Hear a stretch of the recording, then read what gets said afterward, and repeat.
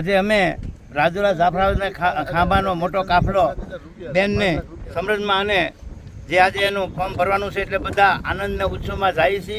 અને હંમેશા કહેવત છે કે દાદાને વાલી દીકરી અને અમરેલીની બેન જેનીબેન ઠુમર બહુમતીથી જીતે છે. 1 લાખ ઉપરની લીડથી મારી જેનીબેન ઠુમર જીતે છે, દાદાને વાલી દીકરી.